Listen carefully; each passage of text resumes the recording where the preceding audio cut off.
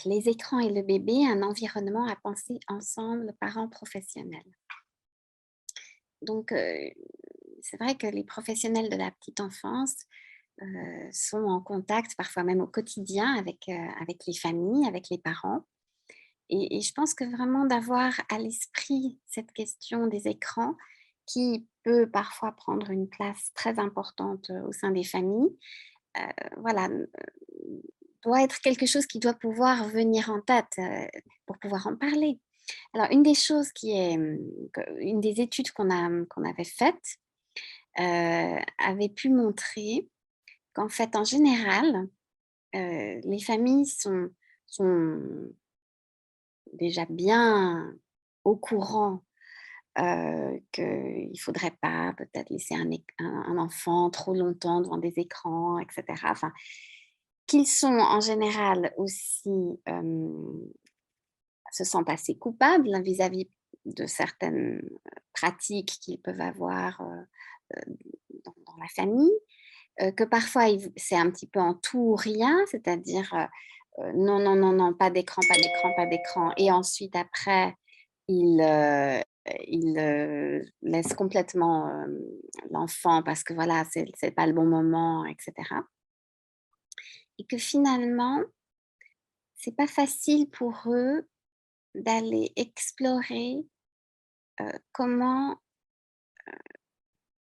utiliser les écrans de façon euh, réfléchie, sans être trop débordés par cette question, tout en faisant quelque chose où ils se sentent fiers de ce qu'ils ont pu apporter à leur enfant et de pouvoir vraiment entrer dans la discussion là autour.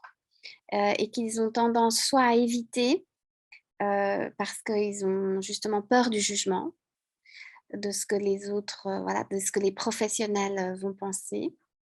Et que ça, malheureusement, ça ne permet pas forcément d'essayer d'avancer et de trouver quelque chose qui puisse les aider et les accompagner. Euh, et donc, déjà, effectivement, en tant que professionnel, de n'être pas dans un jugement en tout ou rien, mais dans finalement, comment est-ce qu'on peut comprendre où est-ce qu'ils en sont? Comment est-ce que ça marche les écrans dans cette famille? Tiens, comment est-ce que ça marche? Comment est-ce que c'est utilisé? Quelles sont les ressources? Comment est-ce qu'ils fabriquent cette histoire-là? Comment est-ce qu'ils ont finalement d'autres expériences qu'ils apportent?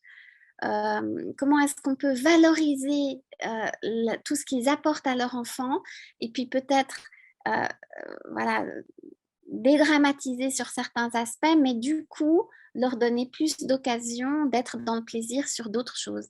Voilà, c'est tout ce travail-là qui est un travail de dentelle hein, de la part du professionnel, d'écoute, d'abord d'écoute, en fait, d'abord d'écoute. Écouter à quel point le parent peut être lui-même pris dans des difficultés par rapport à ça, dans un besoin de mise à distance, mais finalement pourquoi? Qu'est-ce que ça fait quand le bébé, l'enfant crie, pleure, et cetera? Qu'est-ce que ça lui fait? Qu'est-ce qu'il a comme autre ressource? Est-ce qu'il a un entourage qui pourrait aider?